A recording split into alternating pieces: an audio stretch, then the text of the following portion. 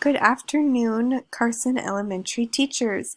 Today I am going through this presentation in order to further examine the cultural diversity that we see within our elementary school and specifically within first grade.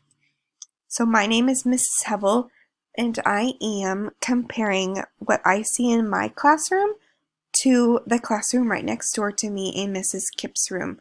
Mrs. Kipp recently said that we are not necessarily a diverse school, but we see diverse classrooms.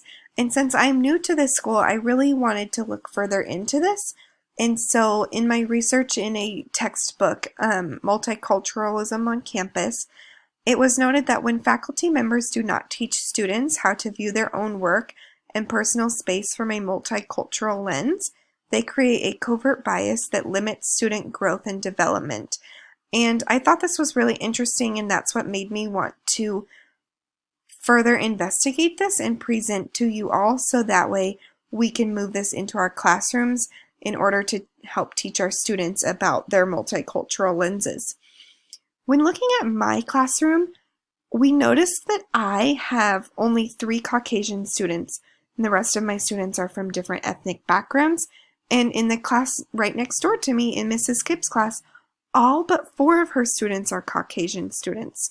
So this was really interesting, and this is where her quote that we're not necessarily a diverse school as a whole, but within our classrooms we can see diversity or we cannot.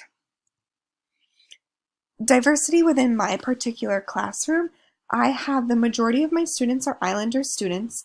They come from Guam, the Marshall Islands, the Samoan Islands, and the Hawaiian Islands, and I've included a map of a lot of the different islands, and then the rest of my student makeup is Hispanic students, African American students, Asian, and then Caucasian is last because I have the least amount of Caucasian students within my particular classroom.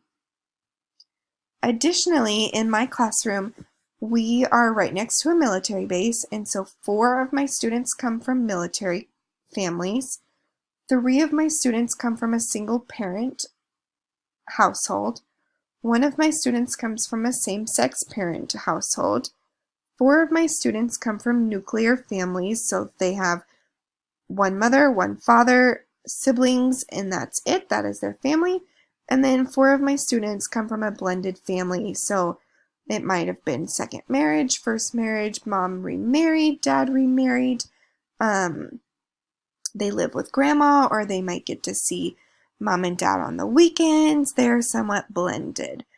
I think that this aspect of diversity is very important within our school, especially military children. We don't necessarily think of them as a different kind of culture, but the military lifestyle is a different kind of culture, and we don't necessarily think of how our students grow up here in Puyallup, Washington as being diverse, but they all come from different diverse backgrounds.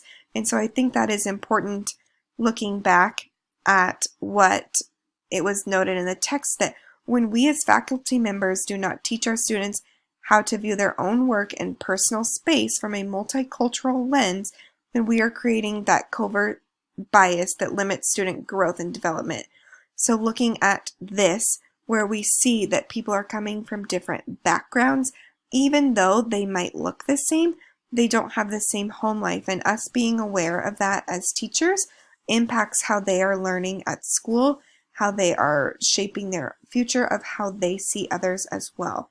So I think that is important for us moving forward, that we need to be aware and we need to be teaching this, and that just because our classroom looks one way doesn't mean that the classroom right next door to us looks the exact same, and being aware of that because those students could be in a completely different looking classroom the next year. Thank you for taking the time to listen, and I hope that you learned something during this presentation.